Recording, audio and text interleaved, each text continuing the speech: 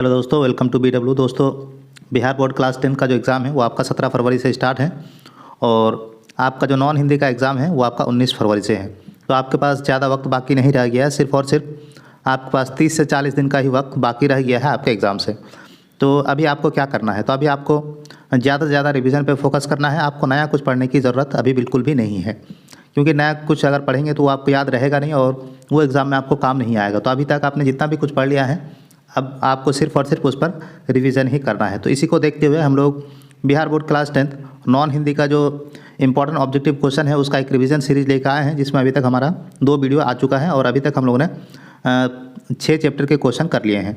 तो आज के इस वीडियो में हम लोग 7वां चैप्टर से स्टार्ट कर 10वां चैप्टर तक का आपका जो भी इंपॉर्टेंट ऑब्जेक्टिव क्वेश्चन है वो आज के इस वीडियो में हम लोग पढ़ने वाले हैं।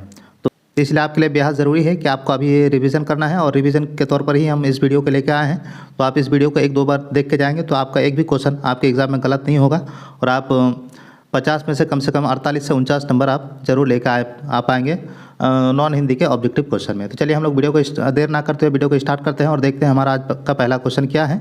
तो इस चैप्टर का पहला क्वेश्चन है कि कवि ने अपने दम से किसकी जीनत चाहता है। तो पहला ऑप्शन है आपका परिवार का, दूसरा ऑप्शन है आपका वतन का, तीसरा ऑप्शन है आपका चमन का और चौथा ऑप्शन है आपका इसमें से कोई नहीं। तो इसका सही जवाब हो जाएगा आपका इस वतन का। अगला सवाल है, कवि ने जिंदगी को किस सूरत में गुजारने की दुआ मांगी। तो पहला ऑप्शन है आपका समय की सूरत से, क्षमा की सूरत, वीरों की सूरत, दासों की सूरत या फिर आपका राजाओं की सूरत। तो इसका सही जवाब क्या हो जाएगा? तो इसका सही जवाब हो जाएगा आपका क्षमा की सूरत। अगला सवाल है कि बच्चों की दुआ प्रार्थना गीत किसकी रचना है? गालिब, मीर, मोहम्मद इकबाल या फिर आपका नज़ीर। तो इसका सही जवाब क्या हो जाएगा? तो इसका सही जवाब हो जाएगा आपका Mohammad Iqbal. Option number C इसका सही जवाब हो जाएगा। अगला सवाल है, इस दुआ में किसकी हिफाजत की संकल्पना है? दर्दमंद और वंचितों का, देश की रक्षा का, नारियों की रक्षा का या फिर खेतों की रक्षा का। तो इसका सही जवाब हो जाएगा ऑप्शन नंबर ए, दर्दमंद और वंचितों का। अगला सवाल है, बच्चों का दुआ है छप्पय, प्रार्थना गीत या फिर आपका मंगल गीत या फिर आपका इनमें से कोई नहीं। तो इसका सही जवाब क्या हो जाएगा? तो इसका सही जवाब हो जाएगा आपका ये है प्रार्थना गीत है। अगला सवाल है कि बच्चों की दुआ गीत बच्चों की दुआ गीत में किसकी हिमायत की गई है? तो पहला ऑप्शन है आपका अमीरों की, दूसरा ऑप्शन गरीबों की और तीसरा ऑप्शन है राजाओं की और चौथा ऑप्शन है आपका देश की। तो इसका सही जवाब क्या हो जाएगा? तो इसका सही जवाब हो जाएगा आपका गरीबों की। अगला सवाल है, बच्चे किस राह पर चलने की इच्छा व्यक्त करते हैं? नेक राह पर, बुराई की राह पर, उबड़ खाबड़ राह पर, इनमें से कोई नहीं। तो इसका सही जवाब क्या हो जाएगा? तो इसका सही जवाब हो जाएगा आपका नेक राहों पर। अगला सवाल है, चमन की जीनत किससे है? पेड़ से, फूल से, झाड़ी से या फिर आपका झरने से। तो इसका सही जवाब क्या हो जाएगा? तो इसका सही जवाब हो जाएगा आपका फूलों से।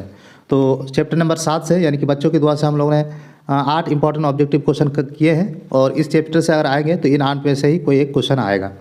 तो आप लोगों से दरखास्त है, वीडियो में आगे बढ़ने से पहले आप लोगों से दरखास्त है कि अभी तक अगर आपने वीडियो को लाइक नहीं किया है तो वीडियो को लाइक और चैनल को सब्सक्राइब जरूर से कर लीजिए। अगला चैप्टर है आपका अशोक का शस्त्र त्याग और इस चैप्टर का पहला क्वेश्चन है आपका, कलिंग महाराज की कन्या कौन थी? तो पहला ऑप्शन है लक्ष्मी, दूसरा ऑप्शन है सावित्री, तीसरा पद्मा और चौथा ऑप्शन है आपका नंदिनी। तो इसका सही जवाब क्या हो जाएगा? तो इसका सही जवाब हो जाएगा आपका ऑप्शन नंबर सी, पद्मा। अगला सवाल है, अशोक ने कौन सा धर्म अपनाया था? तो अशोक ने आपका बौद्ध धर्म को अपनाया था। अगला सवाल है, अशोक ने बौद्ध भिक्षु के सामने किस बात की प्रतिज्ञा की थी? तो अहिंसा की प्रतिज्ञा की थी कि हम हिंसा आगे से नहीं करेंगे। अगला सवाल है, अशोक का शस्त्र त्याग किसकी रचना है? तो इसका सही जवाब क्या हो जाएगा? वंशीधर श्रीवास्तव या फिर आपका कौन सा सही जवाब हो जाएगा? तो इसका सही जवाब यही हो जाएगा कि वंशीधर श्रीवास्तव जी का यह रचना है। अगला सवाल है, अशोक ने किस युद्ध में शस्त्र त्याग कर दिया था? तो यह है आपका कलिंग के युद्ध में शस्त्र को त्याग कर दिया था। अगला सवाल है कि अशोक पद्मा पर शस्त्र क्यों नहीं चलाना चाहता था? क्योंकि स्त्रियों पर शस्त्र चलाना शस्त्र की सम्मान नहीं है। तो इसका सही जवाब ऑप्शन नंबर ए ही है।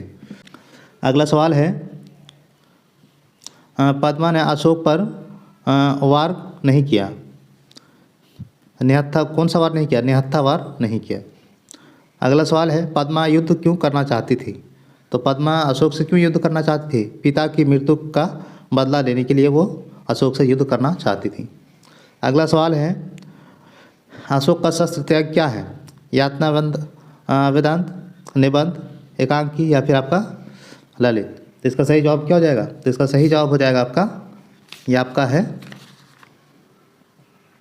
एकांकी। अगला चैप्टर है हमारा कि ईर्ष्या, और ईर्ष्या से हम लोग देखते हैं पहला क्वेश्चन क्या है। तो ईर्ष्या तू न गई मेरे मन से, यह निबंध किसकी रचना है? प्रेमचंद, कामता प्रसाद सिंह काम, रामधारी सिंह दिनकर या फिर आपका गोपाल सिंह नेपाली। तो इसका सही जवाब क्या हो जाएगा? तो इसका सही जवाब हो जाएगा आपका रामधारी सिंह दिनकर। अगला सवाल है, ईर्ष्यालु व्यक्ति का चरित्र कैसा होता है? यानी कि जिसके मन में ईर्ष्या होता है वो उसका जो चरित्र है यानी चाल चलन है वो कैसा होगा? वो अपनी उन्नति छोड़कर दूसरों को हानि पहुंचाने की कोशिश करेगा। तो ऑप्शन नंबर इसका ये ही सही हो जाएगा, क्योंकि अक्सर देखते हैं आप कि जो लोग ईर्ष्यालु व्यक्ति होते हैं वो अपने काम धाम छोड़कर दूसरा क्या कर रहा है, दूसरे को कितना हानि हुआ, दूसरे को कितना नुकसान पहुंचा, उसी का फिक्र उनको लगा रहता है। अगला सवाल है, ईर्ष्या की बड़ी बेटी का नाम दिनकर ने क्या लिया? शांति, मुक्ति, निंदा या फिर आपका दुर्गा। तो इसका सही जवाब क्या हो जाएगा? तो इसका सही जवाब हो जाएगा आपका निंदा। अगला सवाल है, ईर्ष्या का क्या काम है?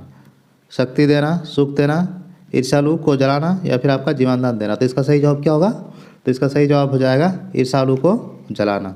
ऑप्शन नंबर सी इसका सही जवाब हो जाएगा। अगला सवाल है, ईर्ष्या से बचने का क्या उपाय है? तो मानसिक अनुशासन, मानसिक असंतुलन, मानसिक विकृति या फिर आपका मानसिक तनाव। तो इसका सही जवाब क्या हो जाएगा? तो इसका सही जवाब हो जाएगा आपका ऑप्शन नंबर ए।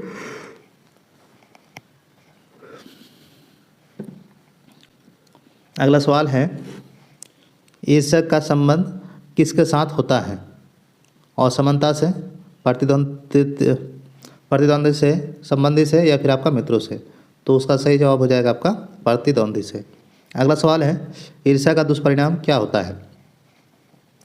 सद्गुणों का ह्रास, जीवन का में दुख, अपमान या फिर आपका चरित्र ह्रास। तो सद्गुण उसका अंदर से चला जाता है, यानी कि उसका अंदर जो सद्गुण है वो आपका चला जाता है।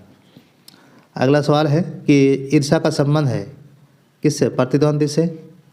ईर्ष्या का काम क्या है? जलना, सुलाना, गिराना या फिर आपका उठाना। तो इसका सही जवाब क्या हो जाएगा? तो इसका सही जवाब हो जाएगा, ईर्ष्या का वो कुछ तो कर नहीं सकते हैं, सिर्फ दूसरे को जो तरक्की कर रहे हैं उसको देकर जलना है, बस यही ईर्ष्या का काम है। तो अगला चैप्टर है हमारा 10वां चैप्टर कि विक्रमशिला विश्वविद्यालय किसके आक्रमण में सर्वनाश हो गया था? चीनी आक्रमण में, आर्य आक्रमण में, तुर्कों के आक्रमण में या फिर आपका सिकंदर के आक्रमण से। तो तुर्कों के आक्रमण से, ऑप्शन नंबर सी इसका सही जवाब हो जाएगा। अगला सवाल है, निबंध विक्रमशिला किसकी रचना है? तो विक्रमशिला आपका पाठ्य पुस्तक के द्वारा लिखा गया है। अगला सवाल है कि विक्रमशिला विश्वविद्यालय किस काल की शिक्षा का केंद्र था? तो प्राचीन काल, बौद्धिक कालीन या फिर मध्यकाल या फिर आपका गुप्त काल। तो इसका सही जवाब क्या हो जाएगा? तो इसका सही जवाब हो जाएगा आपका बौद्धकालीन। ऑप्शन नंबर बी इसका सही जवाब हो जाएगा। अगला सवाल है, विक्रमशिला कहाँ अवस्थित है? आधुनिक भागलपुर के कहलगांव में। ऑप्शन नंबर ए ही इसका सही जवाब है कि भागलपुर में ही विक्रमशिला अवस्थित है। अगला सवाल है, किस वंश के प्रतापी राजा के संरक्षण में विक्रमशिला विश्वविद्यालय अंतर्राष्ट्रीय बना? पाल वंश के राजा धर्मपाल के काल में। तो इसका ऑप्शन नंबर ए ही सही जवाब हो जाएगा। सवाल है, विक्रमशिला विश्वविद्यालय के प्रथम आचार्य कुलपति कौन थे?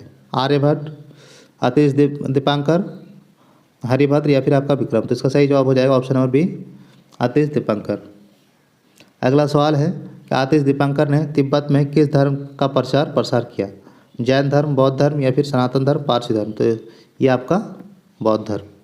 अगला सवाल है कि विक्रमशिला किसके नाम पर पड़ा?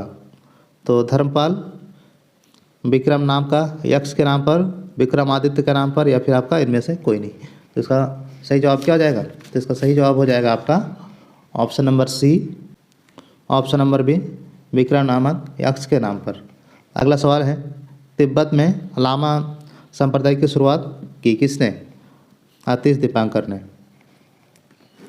अगला सवाल है कि किसके शासनकाल में प्रज्ञा परमिता नामक ग्रंथ की रचना हुई है? तो गोपाल प्रथम, गोपाल द्वितीय, विक्रमादित्य या फिर आपका नरहरि। तो इसका सही जवाब क्या हो जाएगा? तो इसका सही जवाब हो जाएगा ऑप्शन नंबर बी आपका गोपाल द्वितीय। अगला सवाल है कि विक्रमशिला के किस आचार्य को शांतिभद्र कहा जाता है? हरिभद्र, महाभद्र, मिथुनभद्र या फिर आपका पदभद्र। तो इसका सही जवाब क्या हो जाएगा? तो इसका सही जवाब हो जाएगा हरिभद्र। अगला सवाल है कि विक्रमशिला किस सदी तक एशिया का उत्कृष्ट शिक्षा का केंद्र बना? तो पहला ऑप्शन है आपका 5वीं से शताब्दी, 7वीं से 8वीं से 9वीं या फिर आपका 10वीं से 11वीं। तो 10वीं से 11वीं। तो वीडियो में हम लोग यहीं तक रहने देते हैं। नेक्स्ट वीडियो में हम लोग आगे के क्वेश्चन को डिस्कस करेंगे। तो आई होप कि आप लोग को वीडियो पसंद आया है। वीडियो अगर आप लोगों को पसंद आया है तो वीडियो को लाइक और चैनल को सब्सक्राइब जरूर से कीजिए। Thank you so much for watching this video.